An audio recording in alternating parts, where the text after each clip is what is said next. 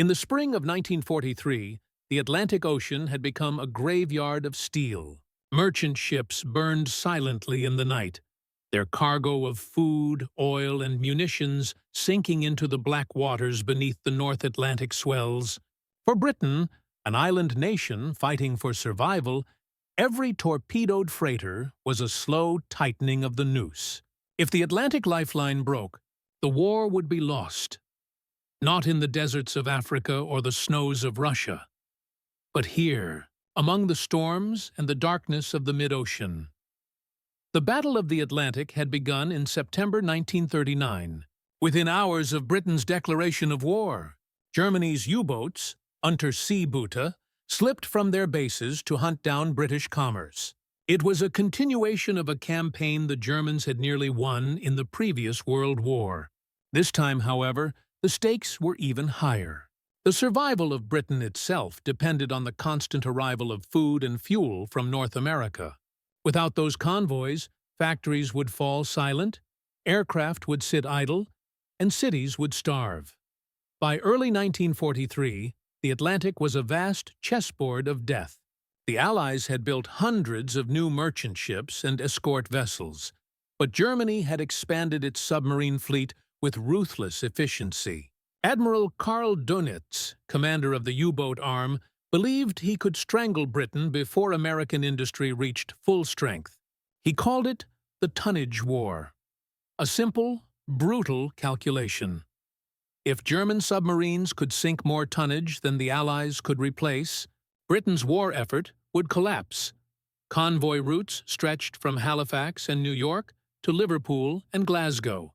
Each convoy was escorted by a thin screen of destroyers, corvettes, and sloops. Their job was to guard dozens of slow, lumbering merchantmen across a stretch of ocean where no aircraft could reach, the so-called air gap of the mid-Atlantic. Here, in this twilight zone, wolf packs waited. Dozens of U-boats would converge on a convoy, attacking in coordinated waves through the night. The winter of 1942-43 had been disastrous. In January alone, 512,000 tons of Allied shipping went to the bottom. Crews who survived spoke of endless nights, the cold cutting through their clothes, the ocean lit only by the fires of dying ships. Every man in the British Admiralty understood what this meant. The nation's imports had fallen to half of what was required. Churchill himself would later write that the U-boat war was the only thing that ever really frightened him. The Germans seemed unstoppable. Dönitz's tactical system, using coded radio transmissions and centralized control, allowed his submarines to operate with uncanny precision. New radar detectors let them evade aircraft. Acoustic torpedoes hunted escorts by the sound of their propellers. The Allies were bleeding ships faster than they could replace them. And the Royal Navy's anti-submarine tactics were still developing. Even when a U-boat was sunk, dozens more were waiting. Then, in March 1943, the crisis reached its peak. Two convoys, HX-229 and SC-122, sailed from North America within days of each other, nearly 100 merchantmen carrying vital supplies to Britain. Dönitz detected both and launched the largest wolf-pack assault of the entire war. For 5 nights, in storms and darkness, over 40 U-boats attacked. Ship after ship was hit. Torpedoes streaked under the waves. Explosions rolled through the mist. Distress flares burned red against the night sky. By dawn on the 5th day, 31 ships had been lost. Nearly 200,000 tons of cargo gone. The U-boats had suffered only one loss. In London, the First Sea Lord and the Admiralty staff faced a horrifying possibility. If this continued for even another month, Britain's lifeline would be broken. The Atlantic convoys might have to be suspended altogether. In those grim days of March, Britain truly stood on the edge. The war in North Africa was not yet won. The invasion of Europe was still a distant plan. Without the Atlantic convoys, none of it would matter. The empire would starve, and the war would end in slow defeat. It was the moment when Britain almost lost the Atlantic, and with it, the the means to fight on. At the height of the crisis in March 1943, the Battle of the Atlantic had evolved into a contest of technology and adaptation. The U-boats were no longer isolated hunters. They were an organized weapon system directed by radio from Donitz's headquarters at Courneval, near Lorient. Every transmission sent positions, weather reports, and convoy sightings, forming an invisible network across the ocean. The Germans had learned to exploit their superior communication discipline, using coded Enigma signals to coordinate dozens of submarines with a precision the Allies struggled to match. Allied convoys, on the other hand, were still relying on limited radar and sonar systems. The Type 271 radar fitted to many escort ships could detect a U-boat's conning tower only at short range, and often failed in heavy seas. The ASDIC, or sonar, sets could hear submarines, but only when they were submerged, not when they attacked on the surface at night. The U-boats used the darkness as their greatest ally, slipping between escort vessels, firing torpedoes at point-blank range, and disappearing into the storm. The Allies began to fight back with new inventions. Centimetric radar, developed secretly in Britain, was being fitted to aircraft and ships, giving them the ability to detect periscopes or snorkels miles away. HFDF, or Huff-Duff, could track U-boat radio transmissions, allowing escorts to triangulate their position even before visual contact. But in early 1943, these tools were still being deployed unevenly. Many convoys went to sea without air cover, without radar, and with escort groups that were exhausted from constant duty. Tactically, the U-boats held the upper hand. They attacked at night, in line abreast, coordinated by radio, one submarine marking the convoy, others moving in to encircle it. Escorts like HMS Dianthus or USS Bory fought back with depth charges and flares, but often too late. The results were catastrophic. The Allies were losing over 100 ships a month. It was a war of attrition that could not be sustained. What neither side yet realized was that the balance was about to shift, not through heroism, but through data, radar, and code-breaking. The Battle of the Atlantic was becoming a war of information. For the men who fought this war, the Atlantic was a world of fear and endurance. On the bridge of a merchant ship, the crew would stare into a night so dark that even the sea seemed to vanish. Every creak of metal could be the sound of a torpedo striking home. Sleep came in fragments. Food was cold and wet. The cold gnawed constantly at their bones. For the U-boat crews, the experience was equally harrowing. Life aboard a Type 7 submarine was cramped beyond imagination. 50 men living in a steel cylinder, the air thick with diesel fumes and sweat. When submerged, the temperature rose unbearably. When surfaced, icy spray froze their clothes solid. After each patrol, the men returned to base with hollow eyes and shaking hands. The average life expectancy of a U-boat crewman by 1943 was less than 6 months. Fear ruled both sides. On merchant ships, the terror came suddenly. A shudder through the hull, the blast of a torpedo, then the cold rush of water and fire. On U-boats, it came in silence. The rising whine of depth charges, the lights flickering out, the hull groaning under pressure as the men waited to see if it would hold. Every attack, every sound, was a battle for composure. The psychological toll was immense. British seamen, many of them civilians, sailed again and again through the killing zones because there was no choice. They knew their chances. Yet they went. On the German side, propaganda painted the U-boat men as heroes of the Reich, the knights of the deep. But by 1943, the reality was far from glory. Donitz's crews faced not victory, but annihilation. In the end, this was not just a tactical war. It was a test of endurance between those who sailed above and those who hunted below. Each believed they were defending their nation's survival. Each endured the unendurable. At the highest level, The struggle for the Atlantic was one of command and coordination. In London, the Admiralty's Western Approaches Command, under Admiral Sir Max Horton, faced an impossible task: protecting convoys spread across an ocean the size of a continent. Horton introduced a revolution in escort tactics. Instead of reacting defensively, he organized support groups, mobile hunter-killer teams that could leave their convoys to pursue and destroy detected U-boats.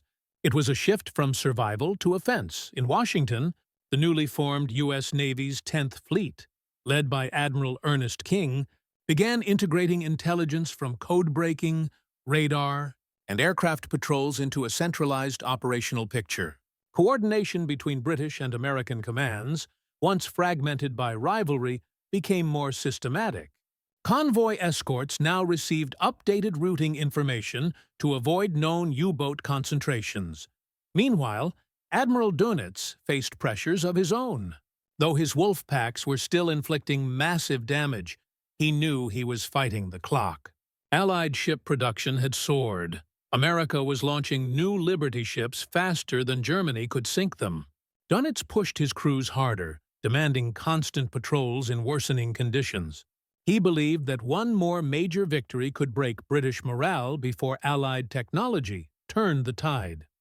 On both sides, leadership was defined by grim calculation. Horton and Dönitz never met, but their duel was personal in its consequences. Horton's patience and reliance on intelligence would prove decisive. Dönitz's faith in the U-boat as Germany's decisive weapon would prove fatal. Both men understood that control of the Atlantic meant control of the war, and both knew that the outcome would be decided in a single season. The spring of 1943. The Battle of the Atlantic was not merely a struggle over ships and cargo. It was a moral confrontation between two visions of warfare, one that sought to sustain life and one that sought to starve it out. For the Allies, the convoys represented survival: food for civilians, munitions for soldiers, and the lifeline that connected Britain to the world. For the Germans, the U-boat campaign was total war by other means, the attempt to destroy a nation's will through hunger. Civilian losses blurred the boundary between combatant and non-combatant. Thousands of merchant sailors were killed. Men from Britain, Canada, Norway, India, and beyond. Few received recognition. Their ships carried no guns, their uniforms no insignia, but they endured one of the deadliest fronts of the war. Strategically, the U-boat war consumed enormous resources.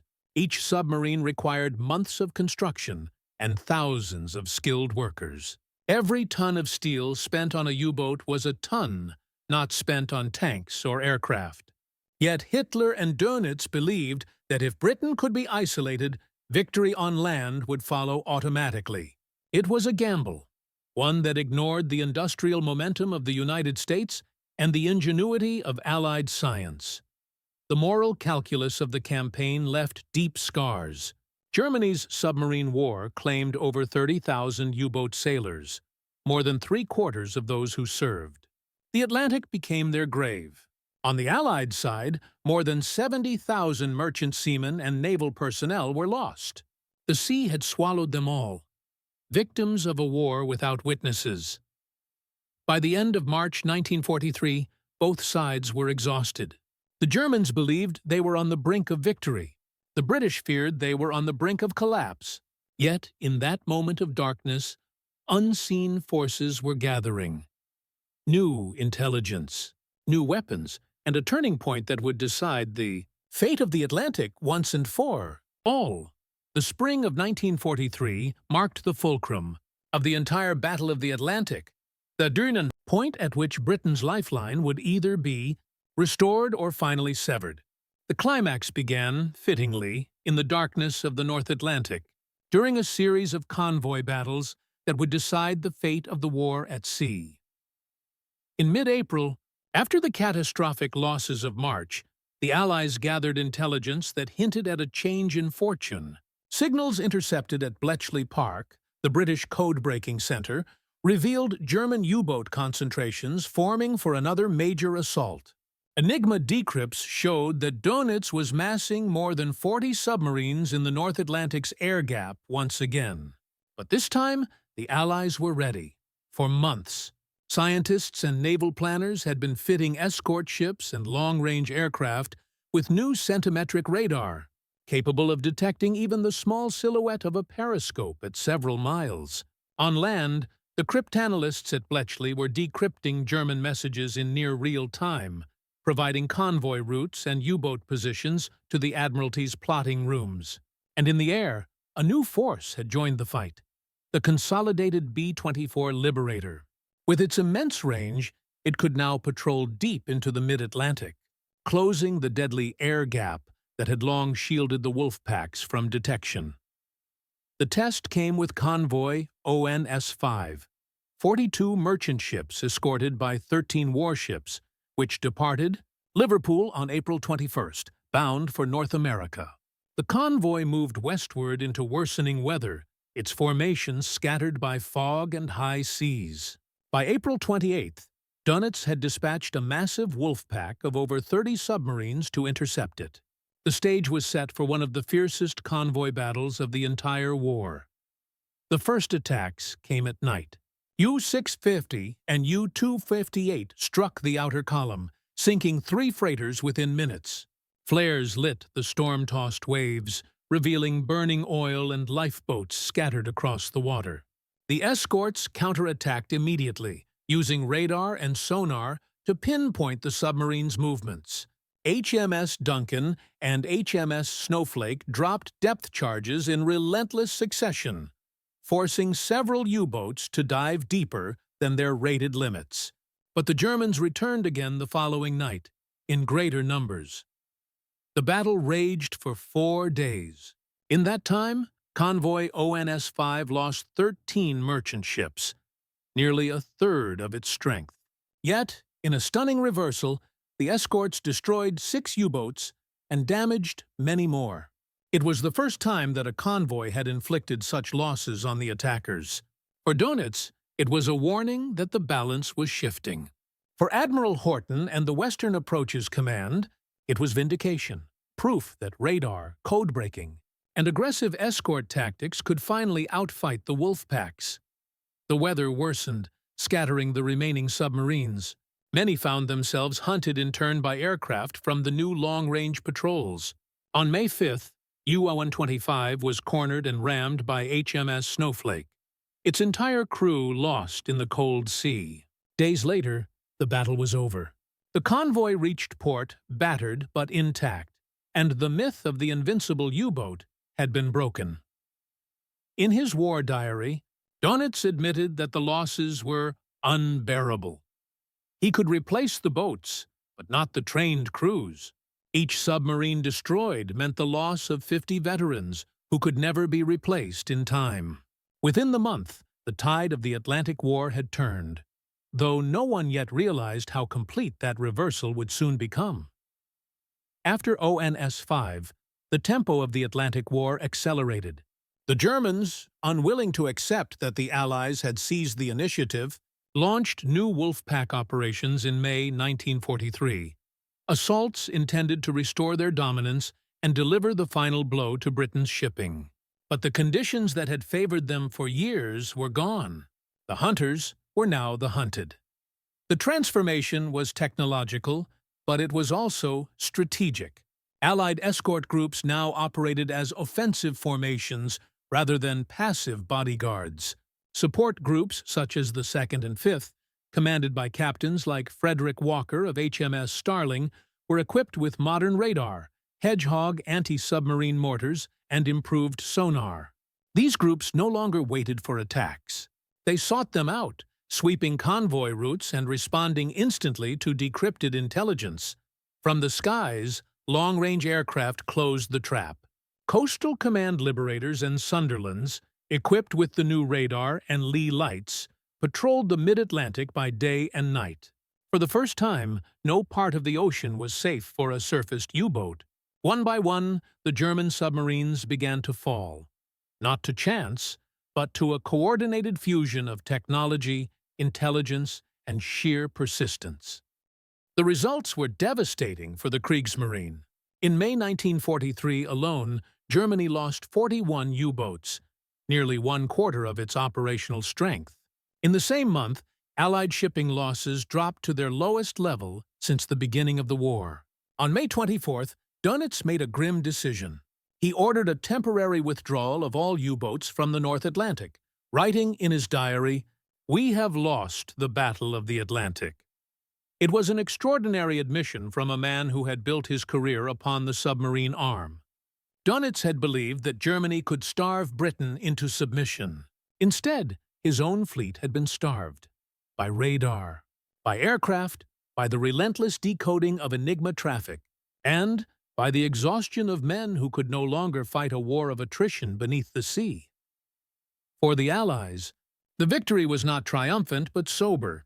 Every ton of food, fuel, and ammunition that now crossed the Atlantic did so because of years of loss and innovation. Each success was written in the lives of the thousands who had gone before. Merchant seamen who never returned, escort sailors who vanished in storms, and the silent airmen who patrolled a gray and endless ocean. The night Britain almost lost the Atlantic had passed, but the victory that followed came not in a single battle, nor through any one weapon. It came through the slow accumulation of intelligence, courage, and endurance, the combined will of nations refusing to drown. By June 1943, the convoys were moving again in confidence. Supplies flowed to Britain, fueling the build-up for the invasion of Europe. From the docks of Liverpool to the shipyards of Belfast, there was relief, but also a deep sense of reckoning. The longest battle of the Second World War had reached its turning point. Britain had kept its lifeline open. The Atlantic was theirs, for now. The turning of the Atlantic tide in May 1943 was not a single victory, but the beginning of a steady and irreversible collapse of Germany's U-boat war. After nearly 4 years of dominance beneath the waves, Admiral Dönitz's once proud fleet began to disintegrate under the weight of technological inferiority, improved Allied coordination, and sheer attrition. The Allies, meanwhile, transformed their hard-won control of the ocean into the logistical foundation of victory in Europe. The effects were immediate and measurable.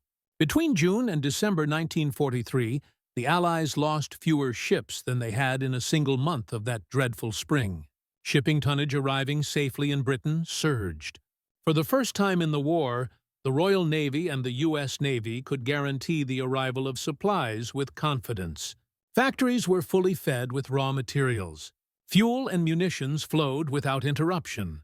The British population, still enduring rationing, no longer faced the specter of starvation. This newfound security at sea reshaped Allied strategy. Freed from the constant crisis of convoy losses, planners could turn their attention toward offensive operations, most importantly, the cross-channel invasion of Europe. Without control of the Atlantic, the build-up for D-Day would have been impossible. Every landing craft, every tank, every ration tin that crossed the Channel in June 1944 had first crossed the Atlantic in safety. For Germany, the consequences were catastrophic. Dönitz's fleet continued to fight, but at ever greater cost. The introduction of Allied hunter-killer groups meant that each U-boat sortie was a gamble with near-certain death. New technologies, radar, sonar, and aircraft, now blanketed the ocean. German countermeasures, such as radar detectors and snorkels, arrived too late to reverse the trend. By the end of 1943, U-boat crews were dying faster than replacements could be trained. The statistics tell the scale of the disaster. Between 1939 and 1945, the Kriegsmarine lost 784 U-boats, 3 out of every 4 ever built. Of the 40,000 men who served in them, more than 30,000 were killed. It was the highest casualty rate of any branch of any major armed force in the Second World War. The men of the U-boats died, often without trace, in a war that had turned utterly against them. On the Allied side, the cost had also been immense. The merchant navy lost over 36,000 sailors and nearly 3,000 ships. Escort crews, airmen, and rescuers shared the same dangers.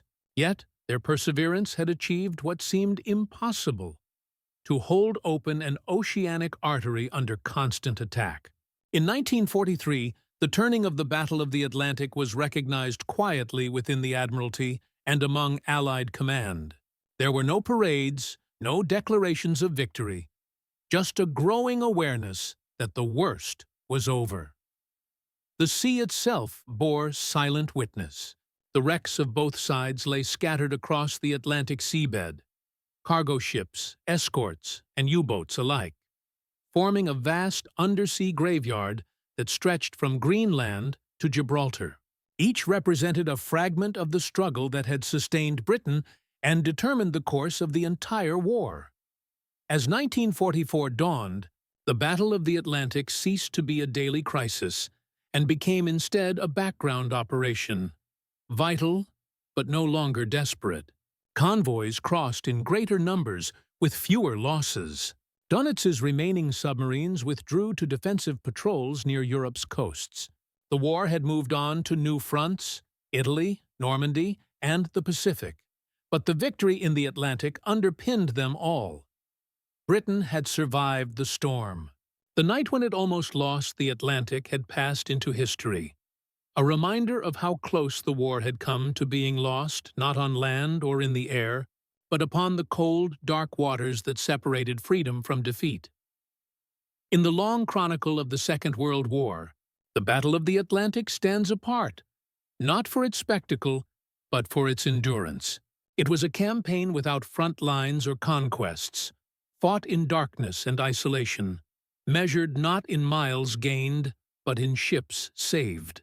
Yet it was here, in this relentless struggle against the sea and an unseen enemy, that the fate of Britain, and ultimately of the free world, was decided.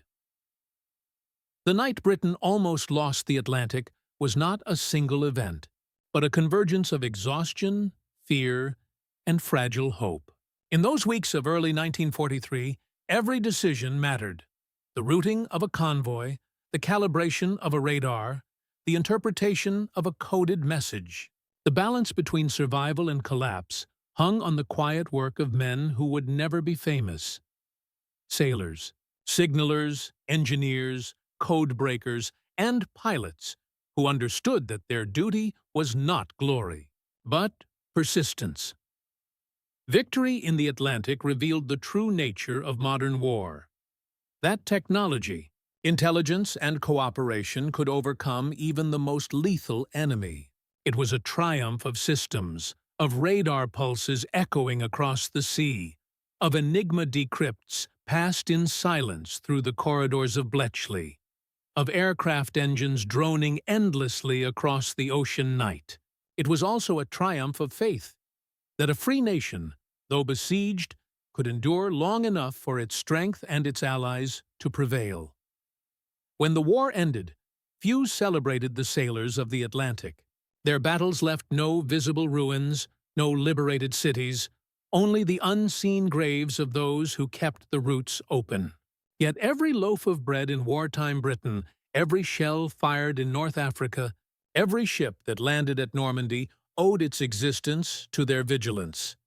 The Battle of the Atlantic lasted 5 years, 8 months, and 5 days, the longest continuous campaign of the war.